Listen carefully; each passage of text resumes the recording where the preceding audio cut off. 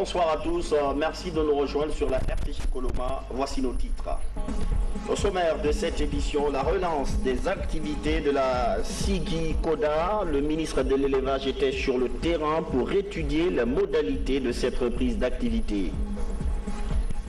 Une stratégie nationale élaborée à Kindia en faveur des enfants, des femmes et des adolescents. Le résultat d'une conjugaison d'efforts de 3 départements ministériels. Vous saurez tout dans cette édition.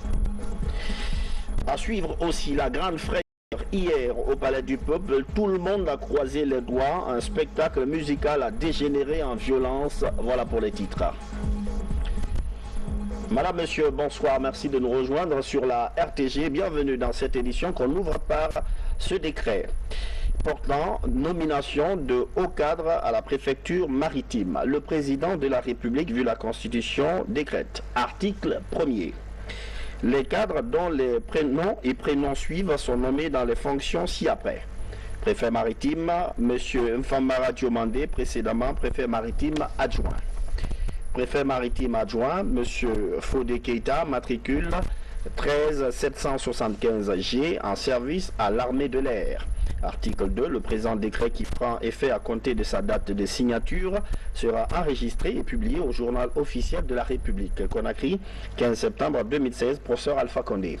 Premier titre de l'actualité ce soir, cette visite de terrain du ministre de l'élevage. Il était sur les installations de la société sino-guinéenne pour la coopération dans le développement agricole. Une visite pour relancer les activités de cette unité agro-pastorale. Mohamed Seyar Souba. Sur ce site de 9 hectares à Koba se pratique la porciculture et l'aviculture. Ce fleuron de l'élevage produit moins à partir de fin 2007, l'année à laquelle la première convention entre l'État guinéen et la SIGI Koda est arrivée à expiration. Avec ce régime de travail, 450 emplois ont été supprimés. Les travaux en cours essentiellement assurent la maintenance des équipements. Nous allons relancer les discussions avec la société qui a de nouveaux projets, qui a l'intention de relancer l'élevage de l'aviculture, de la porciculture, des petits ruminants, mais aussi des ânes. Donc tout ceci doit faire l'objet de discussions, d'autant plus que la convention qui lie cette société à l'État est arrivée à expiration depuis un certain temps. La société sino-guinéenne pour la coopération dans le développement agricole totalise 300 porcs et 9000 poulets. Pour la reproduction, la filière avicole développe l'insémination artificielle. L'aboutissement du processus se fait après 21 jours à travers les couvoirs et les éclosoirs. Plus tard, l'activité pourrait s'élargir à d'autres filières. On a un programme d'élevage des bœufs, des moutons, des ânes, et surtout on élève des poulets ici. C'est pour quand même donner une bonne impression à ce programme qui est déjà envisagé. Pendant 9 ans, la société a reçu 7 délégations des gouvernements successifs. Actuellement, un nouveau constat se dégage. Cela entrevoit d'ailleurs la relance effective des travaux. Les responsables de la société semblent être prêts pour relancer un certain nombre d'activités. Ils sont prêts à faire venir des experts de la Chine et on aura davantage de détails la semaine prochaine. Au mois d'octobre, le président de la République effectuerait une visite en Chine. Une nouvelle opportunité visant à rétablir le partenariat dans les secteurs de l'agriculture et de l'élevage. Les dirigeants de SIGI Koda sont constamment à l'écoute pour le déblocage de la situation. Une rencontre d'échange sur la sécurité maritime dans la sous-région. 50 observateurs du Centre national de la surveillance des pêches sont en formation. Elle va durer 10 jours et porte sur la collecte des données et le système d'échantillonnage. Mamadi Gassama. Dans l'exercice de leur métier, les observateurs marins frôlent le danger au quotidien. Pour pallier les risques, ces agents suivent une formation réglementaire de sécurité en mer. Ce processus permet de constituer une équipe d'observateurs qualifiés pour une meilleure efficacité sur le terrain. Il s'agit d'une formation de mise à niveau des observateurs qui sont dédiés à suivre les activités de pêche. C'est extrêmement important parce que les données qui vont être recensés par ces observateurs doivent nous servir de faire les analyses nécessaires quant à l'état des ressources et de projeter les exploitations que nous envisageons par rapport aux ressources qui sont disponibles. Ces observateurs du Centre national de surveillance des pêches, CNSP, et du Centre halieutique de Boussora seront formés sur la collecte de données. C'est le fruit d'un protocole établi par des experts scientifiques. Vous savez, quand on travaille sur la pêche, nous voulons savoir exactement quels sont les prélèvements qui sont faits sur la ressource. Et donc, on a besoin de données fiables. Il faut que ces observateurs-là sachent comment collecter l'information, sur quelle espèce collecter l'information, et nous allons extrapoler cette information sur l'ensemble de la pêcherie. Et nous pouvons la comparer avec ce qui est permis de pêcher par année. Ce programme de renforcement des initiatives d'observation vise à une meilleure connaissance scientifique des activités de pêche et des ressources halieutiques dans les États membres de la Commission sous-régionale des pêches. Récemment, le Premier ministre était au Canada. Il a pris part aux travaux de la 10e édition du Toronto Global Forum. En marge de ces travaux, Mamadi Youla s'est entretenu avec la patronne du FMI. Comment renforcer la coopération entre Conakry et l'institution? C'était le sujet au menu des discussions. Des images amateurs commentées par Hadi Kamara. Les personnalités ont longuement discuté du renforcement des liens d'amitié et de coopération entre la Guinée et le Kosovo. L'objectif visé est de promouvoir les secteurs comme l'éducation, la culture et les mines. C'est une volonté exprimée par le président kosovar Hashim Tassi et le premier ministre guinéen Mamadi Youla, l'émissaire du président de la République, professeur Alpha Condé. À noter que le président Hashim Tassi était porteur d'un message destiné à son homologue guinéen, professeur Alpha Condé, pour son soutien et le rôle important qu'il joue dans la préservation de la paix et de la stabilité à travers le monde. À cet effet, Mamadi Youla a promis de transmettre ce message au président de la République, professeur Alpha Condé. Peu après cette audience, Mamadi Youla s'est entretenu avec la directrice générale du Fonds monétaire international FMI, en abrégé. Mamadi Youla et Christine Lagarde ont planché sur la finalisation de la 8e revue avec une projection de croissance de notre économie estimée à 5%. Occasion pour la patronne du FMI de rappeler qu'une délégation de son institution va séjourner en Guinée à partir de ce jeudi 15 septembre. Cette mission du FMI va s'enquérir et évaluer des résultats déjà obtenus dans le cadre de la 8e revue. Selon Christine Lagarde, c'est la dernière avant son passage au conseil d'administration du FMI prévu pour le 31 octobre 2016. De nouvelles de la MUFA de Kissidougou, cette mutuelle aide beaucoup de groupements féminins qui évoluent dans différentes activités. Les femmes ont même constaté ces derniers mois une augmentation de leurs revenus et l'ont fait savoir au président de l'Assemblée nationale en visite dans la préfecture, Abdoulaye Diallo. Ouf de soulagement pour les femmes mutualistes de Kissidougou. Après l'accord de près de 950 millions de francs guinéens par African First Bank, elles viennent de bénéficier d'un chèque d'une importante somme d'argent. C'est un geste symbolique du président de l'Assemblée nationale. Objectif, appuyer les femmes pour leur autonomisation. Donc si le président de l'Assemblée nous appuie, c'est un sentiment de satisfaction. Ça va nous aider pour le paiement des enfants qu'on a pris en charge. Toutes ces femmes mutualistes, à Kissidougou, on a 2350 mutualistes. Celles qui ont déjà pris les livrets, c'est 1258 femmes qui ont déjà pris les livrets. Donc, elles sont en train d'épargner dans leur compte. On les a dit que c'est une banque comme les autres banques. Si tu déposes l'argent à n'importe quel moment, tu peux retirer. Donc, ça soulage beaucoup les femmes de Kissidougou. C'est une promesse qu'il vient de réaliser. L'annonce est faite au cours de la rencontre avec les populations de Kissidougou. C'est pour mettre dans la caisse de votre banque, la MUFA, pour que ça serve au fonctionnement de la MUFA, afin que l'argent que la MUFA va produire pour chacun de vous puisse augmenter. Donc, ce n'est pas pour faire les petits plans aux hommes, ça c'est pour vous. À Kissidougou, les populations saluent l'implantation de la MUFA, mutuelle financière des femmes africaines, dans leur préfecture. Aujourd'hui, Elles sont résolument déterminées à accompagner les efforts de développement engagés par les autorités guinéennes. Une mission parlementaire du Niger est en séjour de travail à Conakry. Il y a d'abord cet entretien avec le deuxième vice-président de l'Assemblée guinéenne. Au menu de la rencontre, le renforcement des rapports d'échange d'expérience et d'information entre les deux institutions. Frédéric Sidi Tolno. C'est sur fond de renforcement des relations d'amitié et de coopération entre les parlementaires guinéens et nigériens que ces deux députés ont été reçus à l'Assemblée nationale. Ils étaient porteurs d'une lettre d'invitation du président de l'Assemblée nationale guinéenne pour prendre part à l'ouverture de la session budgétaire 2017 à Niamey. Le président de l'Assemblée nationale du Niger nous a mandaté pour venir remettre main à main au président de l'Assemblée nationale du Guinée la lettre d'invitation.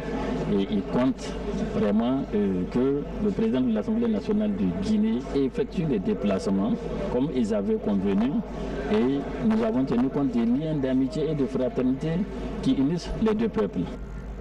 En marge des échanges, la délégation parlementaire du Niger a visité l'hémicycle des trois commissions, le service de documentation, des archives et la clinique de l'Assemblée nationale pour s'imprégner de leur mode de fonctionnement. Les relations sont extraordinaires avec le Niger. Nous déjà, nous y avons envoyé des délégations qui nous ont ramené des informations qui sont très merveilleuses. Et moi, je me posais la question, est-ce que nous allons faire bien comme ils nous ont traités au Niger? Les échanges de cadeaux pour l'excellence des relations entre ces deux parlements ont été aussi les moments forts de la visite de travail des parlementaires nigériens. Et cette note signée du ministre de l'Administration du Territoire et de la Décentralisation relative à la relance du dialogue politique. Messieurs les leaders des partis politiques signataires de l'accord du 20 août 2015, les représentants de la société civile, les représentants des partenaires internationaux signataires de l'accord du 20 août 2015, suite à nos différentes rencontres tenues au ministère de l'Administration du Territoire et de la Décentralisation du 22 juillet au 24 août 2016 et la qualité des débats qu'elles ont connus relatifs à la relance du dialogue politique interguinéen, et me félicitant par ailleurs du climat d'apaisement salué par tous les Guinéens, j'ai l'honneur de vous convier à la reprise de nos travaux concertés au Novotel Kaloma. Ce sera le jeudi 22 septembre 2016 à partir de 10h, signé Général Bourema Condé. Le ministère de l'Action sociale, un programme est en cours. Il porte sur l'amélioration des conditions de vie des enfants, des adolescents et des femmes. Deux autres départements, santé et jeunesse, ont pris part à ces discussions. C'était à Kindia. La bonne nouvelle, c'est qu'une stratégie nationale a été mise en route. Carno Ousmane Diallo. La Guinée, déterminée à relever le défi de la protection des femmes et à améliorer son classement dans la liste des pays ne pratiquant pas les mutilations génitales féminines. Et jusque-là, les statistiques sont interpellantes. Plus de 97% des femmes subissent l'excision. 63% des cas de mariage interviennent précocement chez les jeunes filles. Pour changer la donne, le gouvernement prend de nouveaux engagements et concentre ses efforts sur les adolescents.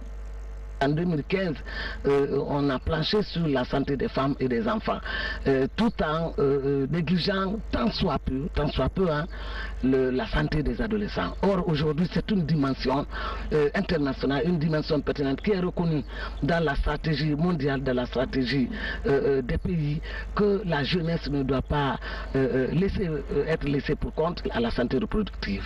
Une nouvelle politique intégrée dans la stratégie nationale actualisée, dénommée « Toutes les femmes, tous les enfants ». Une stratégie étudiée à Kindia et qui fait suite aux recommandations de la Journée mondiale de la population. Un travail de réflexion qui a regroupé tous les départements sectoriels intervenant dans les questions de jeunesse, de femmes et de santé de la reproduction. C'est un document qui est important pour le pays et qui doit être défendu aux Nations Unies par Monsieur le Président de la République. Donc nous avons travaillé sur les différents axes d'orientation qui sont contenus dans le document. On a constitué 4 groupes de travail, à savoir le premier groupe s'est occupé de la santé, le deuxième groupe s'est occupé des violences basées sur le genre et l'excision. Le troisième groupe, lui, a penché sur l'éducation. Et le quatrième groupe a traité du thème de l'eau, assainissement, environnement. L'enjeu est important pour la Guinée. À un moment où le pays se lance dans la modernisation de son système de santé, la mise en application de la nouvelle stratégie « Toutes les femmes, tous les enfants » permettrait d'améliorer grandement les conditions de vie en Guinée la décennie à venir. Puisqu'on parle de santé, il faut dire qu'il y a beaucoup de centres de santé actuellement, mais avec un taux très faible de fréquentation par endroit. Comment recréer cette confiance pour ramener les patients vers les structures sanitaires? Les moyens sont bons. Un spectacle musical, par exemple, soutenu par le ministère de la Jeunesse. Aziz Baldé. Après la fin de l'épidémie d'Ebola, le constat révèle que peu d'adolescents fréquentent les structures sanitaires.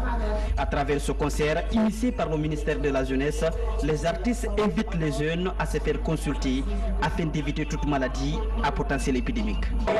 Je suis sûr que la jeunesse va comprendre le message et va en tenir compte, tu vois, et prendre ses dispositions pour fréquenter les structures sanitaires parce qu'une jeunesse d'avenir, c'est une jeunesse d'abord qui a besoin de santé. Après Conakry, les artistes se sont rendus à Dubreka. Ici à la Maison des Jeunes, le même message est véhiculé. La meilleure façon de véhiculer les messages, c'est de passer par les artistes. Et je crois que parce que nous sommes beaucoup écoutés. Voilà, donc je pense qu'avec nous, le message passe plus vite. En tant que jeunes, nous sommes aujourd'hui instruits afin que tout le monde se oriente aujourd'hui vers les centres de santé pour pouvoir détecter de façon convenable les maladies dont nous souffrons. Et vu le concert, les messages passés dans le concert nous a vraiment instruits, nous a mis sur une droite ligne. Ce projet de mobilisation des jeunes est soutenu par le Fonds des Nations Unies pour la population. Cette sensibilisation n'a pas commencé aujourd'hui, puisque vous savez, au sein des maisons des jeunes, on a ce qu'on appelle les SECOS, c'est les centres d'écoute, de conseil et d'animation des jeunes. Donc là, leur mission principale, c'est de sensibiliser les jeunes pour la péréducation, pour comment se préserver contre les ISTV et la SIDA, comment se préserver contre les mariages précoces et comment aussi lutter contre les violences basées sur les genres. Cette campagne de sensibilisation vise à réduire le taux de mortalité chez les adolescents. Cette mobilisation sociale doit s'étendre à Sigiri et à Mandiana, deux préfectures de la Haute-Guinée. Ça sourit beaucoup ici, ça souriait moins hier. Un spectacle qui a tourné court 24 heures après les violences au Palais du Peuple. On se pose toujours des questions. Qu'est-ce qui n'a pas marché lors du spectacle de l'artiste MHD? Y aurait-il eu un souci côté organisation ou côté spectateur? L'artiste lui-même a dû être extirpé de la foule par sa garde rapprochée. Heureusement, on a évité le pire, mais quelque chose a mal fonctionné. Les explications de Marie-Angélique Camara. C'étaient des milliers de spectateurs qui attendaient l'arrivée de MHD Mohamed Silla, le prince de l'Afro-Trap. Vers 16h, les artistes locaux ont commencé à mettre en haleine le public. Jusqu'à 21h, l'arrivée de l'artiste MHD sur podium.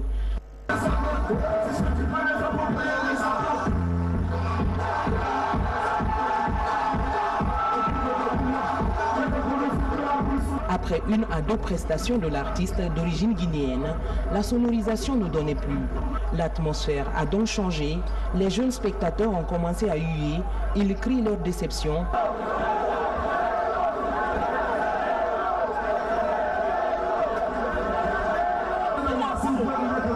La sécurité ne pouvait plus contenir le public.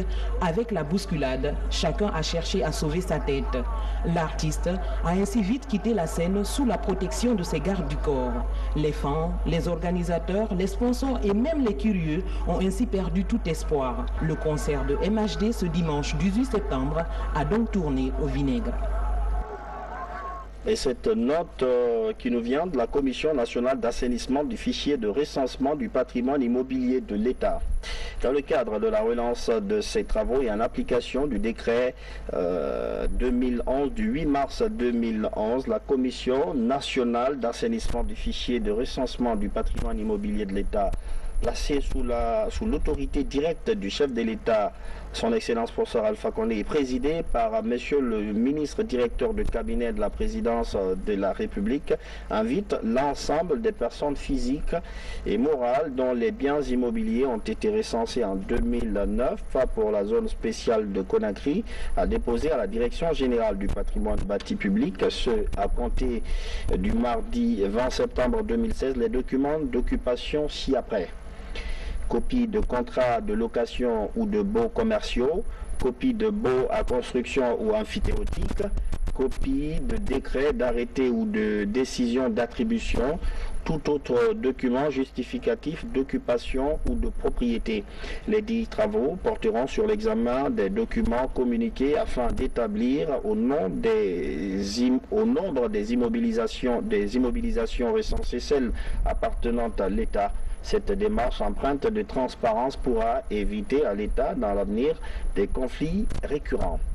À plus bref et en image, ces fournitures scolaires offertes aux pensionnaires du foyer Regina Maris. C'est un geste du groupe Lions Club Conakry Tarougny. Une belle pensée envers ces enfants démunis qui se préparent pour la prochaine rentrée des classes. Des images sélectionnées par Yassila. En parlant d'enfants, en voilà une qui ne fera probablement pas sa rentrée scolaire de sitôt. La petite Fatoumata Baldé, âgée seulement de 6 ans, souffre d'une tumeur cérébrale. Hospitalisée à l'hôpital sino-guinéen, elle a dû rentrer à la maison faute de traitement approprié, mais surtout avec un mal qui la ronge à petit feu. À 6 ans, elle ne baisse pas les bras. La petite se bat contre la maladie, mais elle a surtout besoin d'aide pour être évacuée. Amaratonio. À 6 ans, Fatoumata Baldé, élève de la 2e année, souffre d'une tumeur cérébrale, d'où l'urgence d'une évacuation sanitaire. Tenant compte des données du scanner réalisé avec injection, nous avons vu d'abord qu'il y avait une hydrocéphalie, c'est-à-dire la présence de l'eau excessive dans la boîte crânienne, qui normalement doit exister, mais lorsque la pression, lorsque l'augmentation est énorme, ça constitue ce que l'on appelle l'hydrocéphalie. Et cette hydrocéphalie a été consécutive à cette tumeur, c'est-à-dire la tumeur, la localisation de cette tumeur a été, comment on appelle, le blocus de la circulation du liquide cérébro-spinal dans le cerveau. Après un mois passé à l'hôpital sino-guinéen, Fatoumata est de retour à la maison. Jusque-là, son traitement n'a pas connu des avancées significatives. Après le passage à la RTG, il y a eu certaines bonnes volontés qui se sont manifestées. Mais jusqu'à présent, rien n'est fait. Rien n'est fait. À ce fait, je redemande encore à toutes les bonnes volontés, de près ou de loin, de nous assister, pardon. Parce que là où on est à la maison, donc la maladie ne fait que s'aggraver, ne fait que s'augmenter du jour au lendemain. À cause de cette maladie, Fatoumata n'a plus les mêmes aptitudes que ses camarades d'âge. Elle ne peut ni marcher, ni s'asseoir. Les seuls amis de Fatoumata restent désormais ses 2 parents et son petit jouet. SOS pour la petite Fatoumata Baldé. On revient sur ce décret avant de boucler cette édition. Décret portant nomination de haut cadre à la préfecture maritime. Le président de la République, vu la Constitution, décrète. Article 1er. Les cadres dont les noms et prénoms suivent sont nommés dans les fonctions ci-après. Préfet maritime, M. Mfamara Djomandé, précédemment préfet maritime adjoint. Préfet maritime adjoint, M. Fodé Keita, matricule 13 775G, en service à l'armée de mer. Article 2. Le présent décret qui prend effet à compter de sa date de signature sera enregistré et publié au journal officiel de la République Conakry, 15 septembre 2016, professeur Alpha Condé. C'est la fin de cette édition d'information. Merci de l'avoir suivi. Bonsoir.